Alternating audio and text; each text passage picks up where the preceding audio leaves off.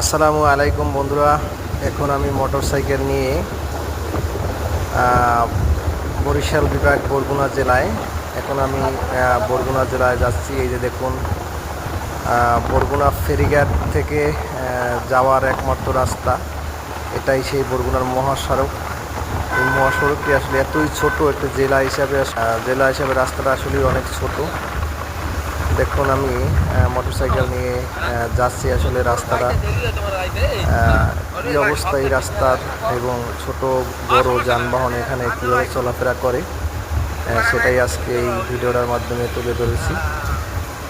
আজকে আমি মোটরসাইকেল নিয়ে একটি বরগুনা আমার ড্রাইভিং লাইসেন্সের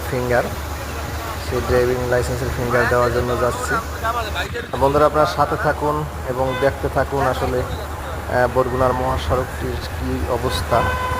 আমি এখন গাড়ি চালিয়ে যাচ্ছি এবং আপনাদের মাঝে এই ভিডিওটার মাধ্যমে দেখিয়ে দিচ্ছি। তা সবাই বন্ধুরা আমার ইউটিউব চ্যানেলটাকে অবশ্যই সাবস্ক্রাইব করবেন এবং পাশে থাকা বেল বাটনটি চাপ দিয়ে রাখবেন সব নিত্য নতুন ভিডিও করার জন্য।